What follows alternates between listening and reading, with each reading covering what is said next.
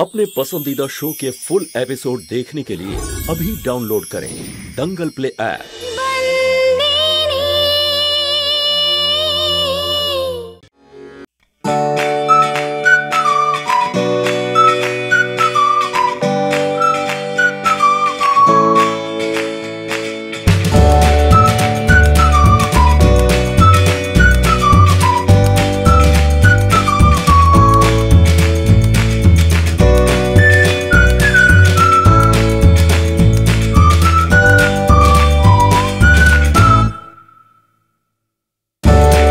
সন্তু, এত বছর ধরে দেখছি তোমায় রোজ সকালবেলা সূর্যের আলোর দিকে তাকিয়ে থাকো কেন? কারণ প্রতিদিন এই সূর্যের রশ্মি আমাকে জানিয়ে যায় যে আমার শাস্তির আরো একটা দিন পূর্ণ হলো, আর আমি এইটাই হিসেব করি 10 বছরের এই শাস্তির আর কতগুলো দিন, কতগুলো রাত বাকি আছে।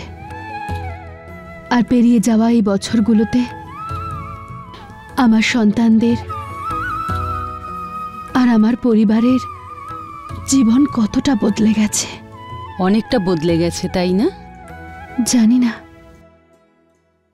কিন্তু আমার জামাই শশাঙ্ক আমাকে চিঠি লেখেন, সেই জন্যে কিছুটা আন্দাজ করতে পারি। আমি খুব খুশি যে এত বছরে তুমি লেখাপড়াটা শিখে নিয়েছো। আমাদের সন্তু এখন পড়াশোনা জানে। জেলা স্যার আপনাকে ডেকেছে।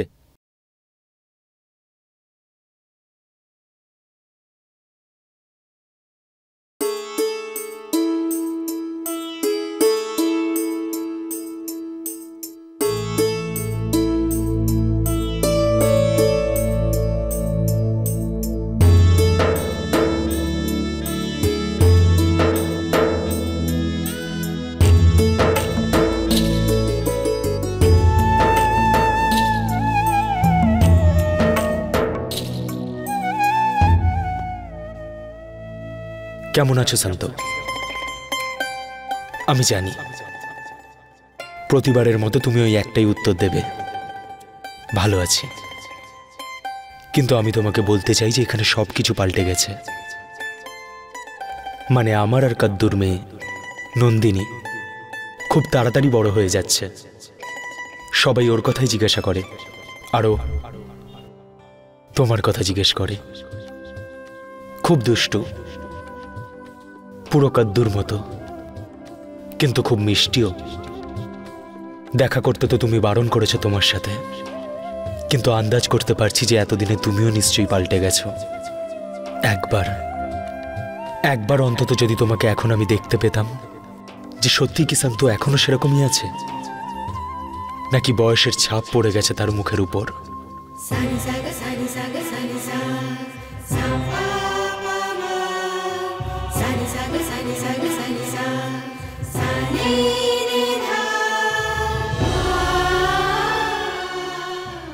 সত্যি কথা বললেন আপনি জামাই বাবা, বয়স তো তার চিহ্ন রেখেই যায়।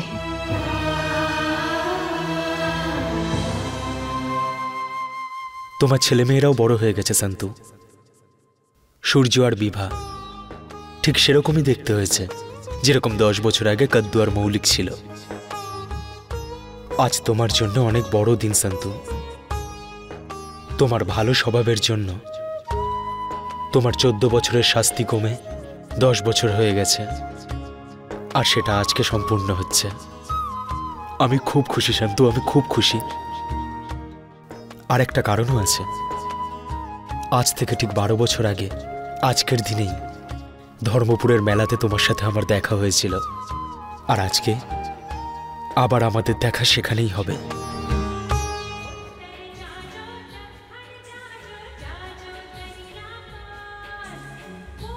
জেলার ম্যাডাম তোমায় ডেকেছে শান্তু, তোমার শাস্তির সময় শেষ হয়ে গেছে। তুমি আর সন্তু আজকে ছাড়া পাচ্ছ, বাইরে গিয়ে ভালো করে জীবন কাটাবে। এই যে তোমার জামা কাপড় আর বাকি জিনিসপত্র যেগুলো তোমরা নিয়ে এসেছিলে। ধন্যবাদ।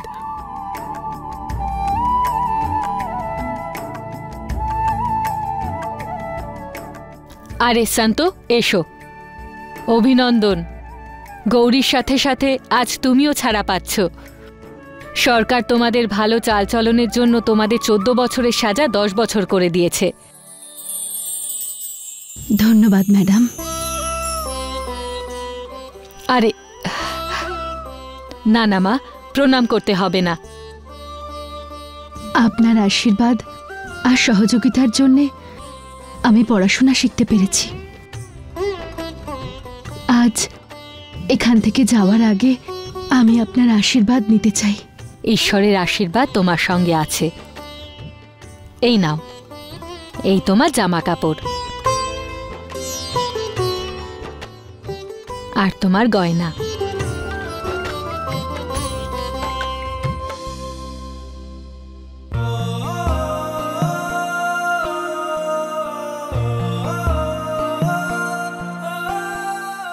আরে ব্যাস, আরে ব্যাস,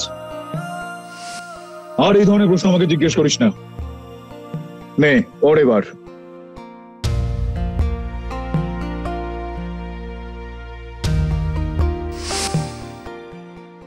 আর এগুলো সেই টাকা যেটা তুমি পরিশ্রম করে রোজগার করেছ।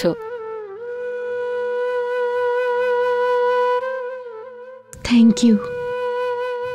Good luck. তোমার পরিবার তোমার জন্য অপেক্ষা করছে। এখন তুমি এসো। শান্ত, আজ মহাদেব পঞ্চমী। প্রতি বছরের মতো এবছরও সেই রাসলীলা হওয়ার কথা আছে। তুমি কিন্তু অনুষ্ঠানে যোগ দিও। বানসুরি কোথায়? সকাল থেকে দেখতে পাইনি। চলে যাচ্ছ তো, এই জন্য একটু কষ্ট পেয়েছে, কিন্তু ও তোমার জন্য কিছু না কিছু তৈরি করছে।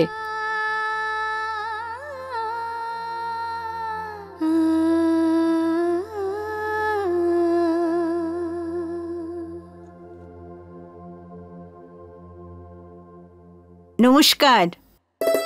জয় শ্রীকৃষ্ণ। এই যমুনাদি, তুমি কি পাগল নাকি? কেন রে?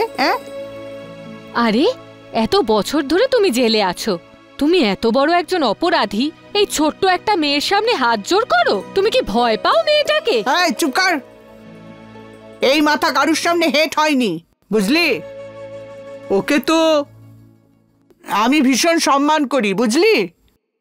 বয়সে তো অনেক ছোট, কিন্তু এই জেলে ওর জন্য গত 10 বছরে কোনো ঝগড়া হয়নি। এই জেলকেও মন্দির বানিয়ে দিয়েছে। আজ এই জেলের কয়েদি থেকে জেলার পর্যন্ত সবাই দুঃখিত আর উদাস হয়ে আছে, কেননা ও আর জেল থেকে চলে যাচ্ছে। কিন্তু ও চলে যাবার পরেও ওর ভালো কাজ, ভালোবাসা সব থেকে যাবে।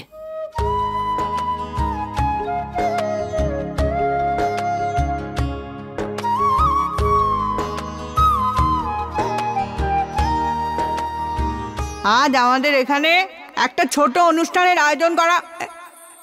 সকল দিদিরা, বানসুরি বোন। এ হলো আমার হবু পুত্রবধূ বানসারি।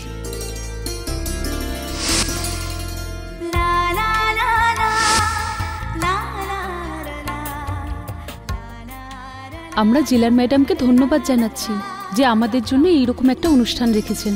আজকের এই অনুষ্ঠান আমাদের কাছে খুবই আনন্দদায়ক এবং গুরুত্বপূর্ণ।